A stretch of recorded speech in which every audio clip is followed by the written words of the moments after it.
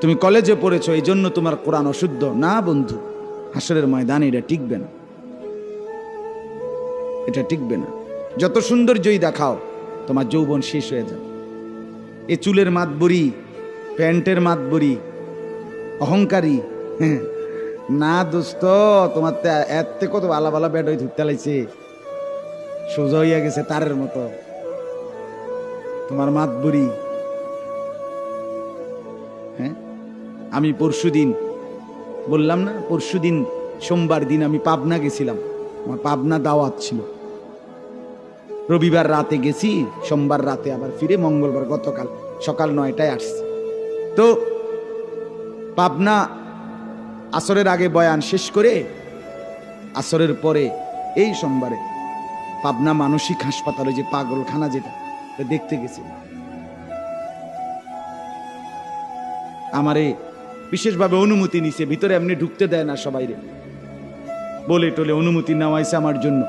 তা আমরা 3-4 জন ভেতরে ঢুকছি, ভেতরে অনেকক্ষণ দেখছি। বিশ্বাস করো ছেলেরা, এই তোম করে বলি ভাই, এ কয়জন আছো যে কয়জন, তোমাদেরকে বলি ভাই, আল্লাহর কসম আমি নিজ চোখে দেখছি, শতকরা 100 জনের মধ্যে 98 জনই যুবক, 2 জনও হবে না বুড়া। বুঝছেন চাচা, তাগড়া তাগড়াজ্য ছিল, পাগল। এক ছেলেরে জিজ্ঞাসা করলাম তোমার নাম কি বাবা? ভাই চিনছেন না আপনি আমাকে? আমি রবীন্দ্রনাথ ঠাকুর। তাইলে সে সুস্থ?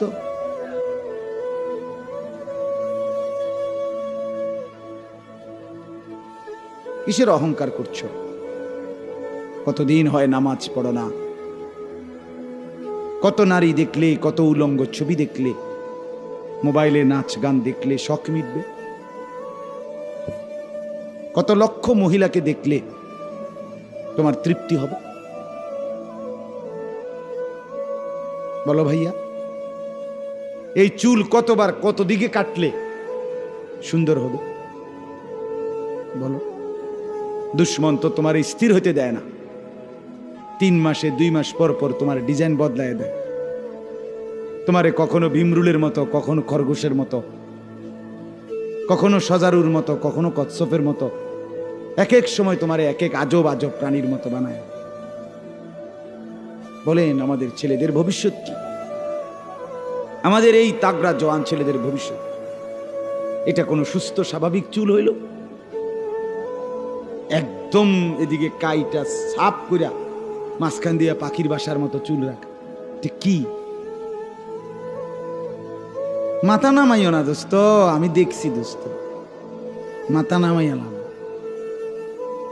মাথা নামাইও না, বরঞ্চ ভাবো। তোমারে লজ্জা দেওয়ার জন্য বলি নাই, পরিবর্তনের জন্য বলছি। সবাইকে বলতেছি, কেন আমরা মুসলমান, আমাদের আল্লাহ আছে, আমাদের রসুল আছে, আমাদের ধর্ম আছে, আমরা পাগল না, আমরা মাতাল না, আমরা গন্তব্যহীন না, লক্ষ্য উদ্দেশ্য ছাড়া না।